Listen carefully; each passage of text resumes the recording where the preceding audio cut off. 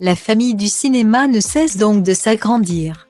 Le 6 octobre 2021, les spectateurs munis d'un pass sanitaire découvriront, en salles obscures, le film Cigare au miel, de Camille Raynouz. Mais certains privilégiés ont eu la chance de voir le long-métrage en avant-première, le 21 septembre dernier. À quelques heures de la sortie nationale, une projection a été organisée à l'Institut du monde arabe de Paris. Situé dans le 5e arrondissement de Paris, en présence de toute l'équipe. Parmi les têtes d'affiche, venues défendre le film à l'Institut du monde arabe, on retrouve des noms plutôt connus dans le monde merveilleux du 7e art. Cigare au miel raconte l'histoire de Selma, une adolescente de 17 ans vivant dans une famille berbère et laïque qui tombe amoureuse, et découvre les dangers de son propre désir vis-à-vis de ses proches.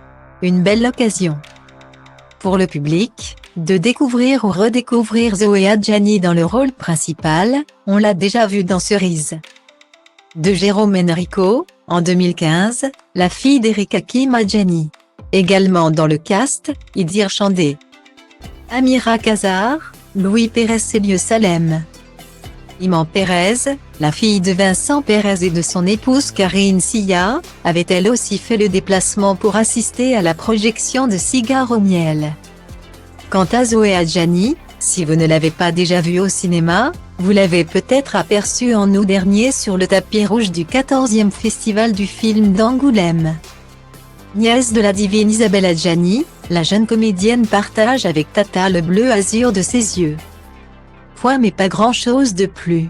Comme tout le monde avec sa famille, on se voit une fois par an, expliquait-elle au magazine Paris Match. Mais elle m'a dit être fière et persuadée désormais que j'étais faite pour ça. C'était fort, venant d'une grande comme elle. On attend avec impatience de les voir toutes deux, réunies sur grand écran.